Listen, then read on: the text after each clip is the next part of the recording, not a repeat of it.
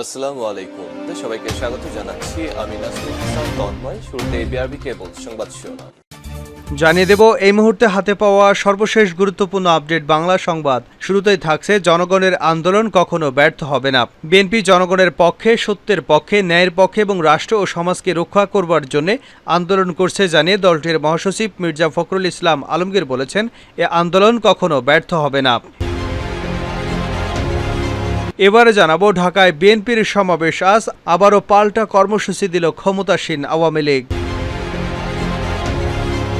জানাবো ভারতের রেললাইন এদেশের জনগণ কখনো মেনে নেবে না বলে দাবি করেছেন গণ অধিকার পরিষদের একাংশের সভাপতি ও ডাকসুর সাবেক ভিপি।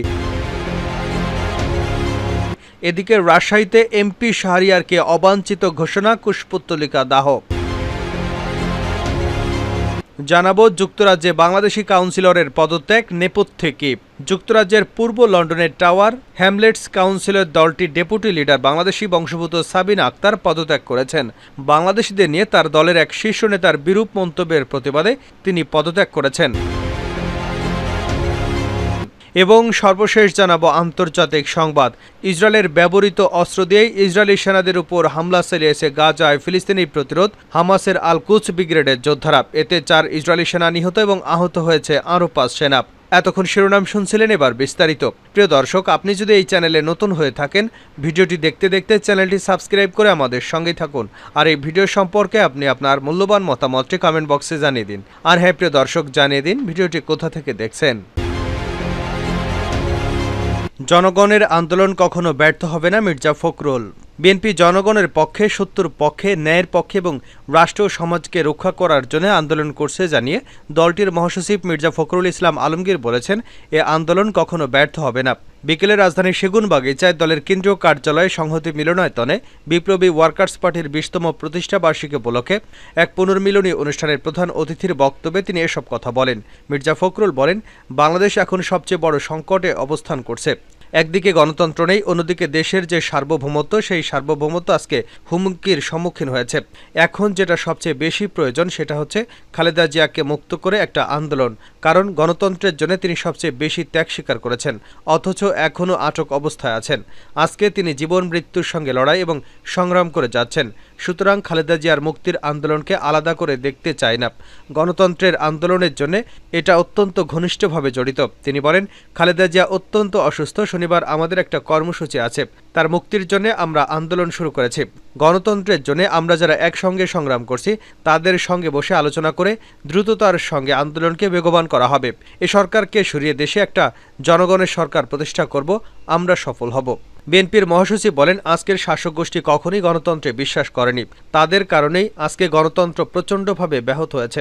আবারও দলীয় সরকারের অধীনে নির্বাচন করে দেশটাকে আবারও অনিশ্চয়তা এবং অস্থিতিশীলতার দিকে ঠেলে দেওয়ার চেষ্টা চলছে। সেই প্রক্রিয়া এখনও চলছে।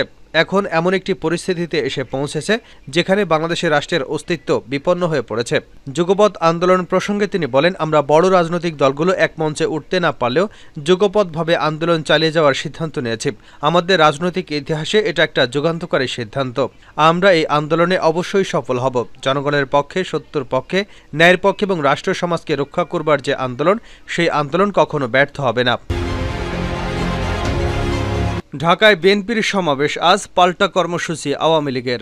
দলীয় চেয়ারপারসন খালেদা জিয়ার নিঃশর্ত মুক্তির দাবিতে রাজধানী নয়াপল্টনে বিএনপির সমাবেশ আজ দুপুর 2:30টায় কেন্দ্রীয় কার্যালয়ের সামনে। এ সমাবেশকে কেন্দ্র করে বড় জমায়েতের প্রস্তুতি নিয়েছে দলটি। এতে ঢাকা মহানগর ছাড়াও এর আশপাশের জেলা এবং মহানগর থেকেও নেতাকর্মীদের অংশ নিতে বলা হয়েছে। প্রায় 8 মাস পর বিএনপি চেয়ারপারসনের মুক্তির দাবিতে বিএনপি এ কর্মসূচি ঘোষণা দিয়েছে। সমাবেশে ঢাকা মহানগর জেলা ছাড়াও আশপাশের জেলা থেকেও নেতাকর্মীরা যোগ দেবেন বলে দলীয় সূত্রে জানা গেছে। দলীয় সূত্রে আরও জানা গেছে, দলের চেয়ারপারসন খালেদা জিয়ার মুক্তির দাবিতে অনেকদিন ধরেই কর্মসূচি দেওয়ার কথা হয়েছে। এ কারণে সমাবেশটি বড় করতে সাংগঠনিক প্রস্তুতি নিচ্ছেন নেতারা। বর্তমানে ঢাকা মহানগরে বিএনপির কোনো কমিটি নেই, তাই কেন্দ্রীয় বিএনপির ব্যানারে এ সমাবেশ হবে। দলের মহাসচিব মির্জা ফখরুল ইসলাম আলমগীর এতে প্রধান অতিথি থাকবেন। সভাপতিত্ব করবেন স্থায়ী কমিটির সদস্য মির্জা আব্বাস।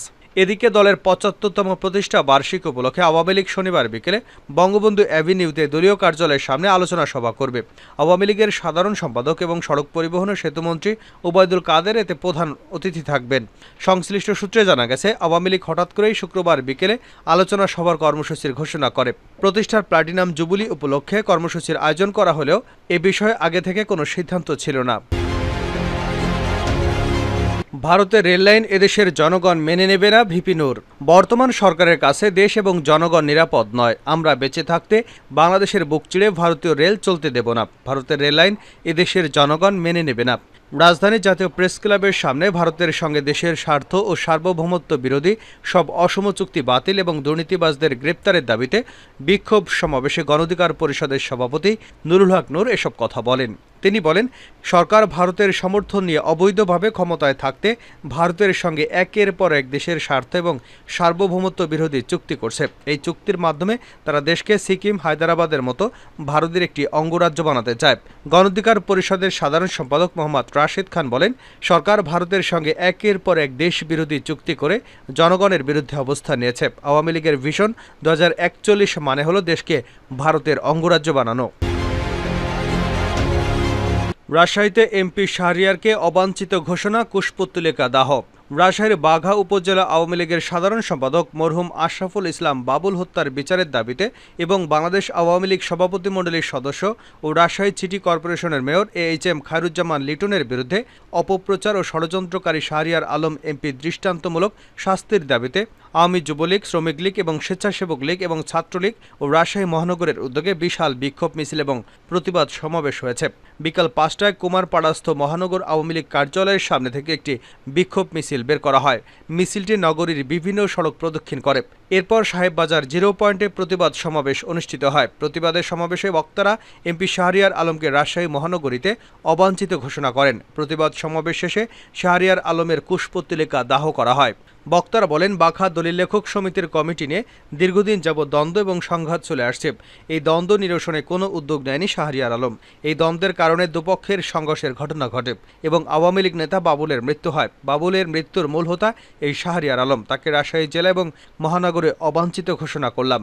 বক্তারা আরও বলেন, বঙ্গবন্ধু রক্তবন্ধু জাতীয় 4 নেতার অন্যতম শহীদ এইচ.এম. খায়রুজ্জামানের যোগ্য পুত্র এইচ.এম. খায়রুজ্জামান লিটন আওয়ামী লীগের প্রেসিডিয়াম মেম্বার এবং রাজশাহী সিটি কর্পোরেশনের 3 বারের নির্বাচিত মেয়র। তার বিরুদ্ধে ধৃষ্টতাপূর্ণ মন্তব্য করেছে শাহরিয়ার আলম। আওয়ামী লীগ নেতা বাবুলের লাশ নিয়ে রাজনীতি করছে অপপ্রচার এবং ষড়যন্ত্রকারী শাহরিয়ার আলম গং।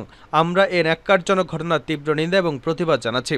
শাহরিয়ার আলম গংকে হুঁশিয়ারি দিয়ে আমরা বলতে চাই, দলীয় নেতাকর্মীদের সঙ্গে নিয়ে আপনাদের রাজপথে মোকাবিলা করা হবে। যুক্তরাজ্যে বাংলাদেশি কাউন্সিলরের পদত্যাগ নেপথ্যে। যুক্তরাজ্যের পূর্ব লন্ডনের টাওয়ার হ্যামলেটস কাউন্সিলে দলটির ডেপুটি লিডার বাংলাদেশি বংশোদ্ভূত সাবিনা আক্তার পদত্যাগ করেছেন। বাংলাদেশ নিয়ে তার দলের এক নেতার বিরূপ মন্তব্যের প্রতিবাদে তিনি পদত্যাগ করেছেন। বিবিসির শুক্রবার এক প্রতিবেদনে বলা হয়েছে, যুক্তরাজ্যের সাধারণ নির্বাচনের আগে এক নির্বাচনী বিতর্কে অংশ নেন লেবার পার্টি নেতা এবং সাবেক সংসদ সদস্য স্যার কিয়ার স্টারমার। সোমবারের ওই অনুষ্ঠানে তিনি এক প্রশ্নের জবাবে বাংলাদেশি অভিবাসীদের নিয়ে মন্তব্য করেছেন। তিনি বলেন, এই মুহূর্তে বাংলাদেশের মতো সব দেশগুলো থেকে যদি কেউ আসে, তাদের ফেরত পাঠানো হচ্ছে না। এজন্য তিনি বর্তমান সরকারের নিষ্ক্রিয়তার সমালোচনা করেন। কেয়ারের এই বক্তব্যে ভালোভাবে নেয়নি বাংলাদেশি অধিবাসীরা। কাউন্সিলর সাবিনা আক্তারও চরম ক্ষুব্ধ হন এবং প্রতিবাদে দল থেকে পদত্যাগের ঘোষণা দেন। এ বিষয়ে সাবিনা বলেন, দলের নেতা যখন আমার সম্প্রদায়কে আলাদা করে এবং আমার বাংলাদেশিদের পরিচয়কে অপমান করে, তখন আমি তার দল নিয়ে গর্ব করতে পারি না। তিনি আরও বলেন, আমি লেবার পার্টি থেকে পদত্যাগ করেছি। আমি বাংলাদেশি বংশোদ্ভূত কাউন্সিলের প্রথম নারী স্পিকার এবং লেবার পার্টির একজন গর্বিত সদস্য ছিলাম। আমি সারা জীবন দলকে রক্ষা করেছি এবং এর জন্য খুব গর্বিত ছিলাম। কিন্তু এটাই স্পষ্ট, আমার এবং আমার সম্প্রদায়ের কাছে এ ধরনের মন্তব্য গ্রহণযোগ্য নয়। এদিকে স্থানীয় রাজনীতিবিদদের তোপের মুখে পড়েছেন কেয়ার। এতে অনেকটা বাধ্য হয়ে ওই বক্তব্যের ব্যাখ্যা দেন তিনি এবং বক্তব্য ভুলভাবে মানুষের কাছে পৌঁছেছে বলে দাবি করেন তিনি।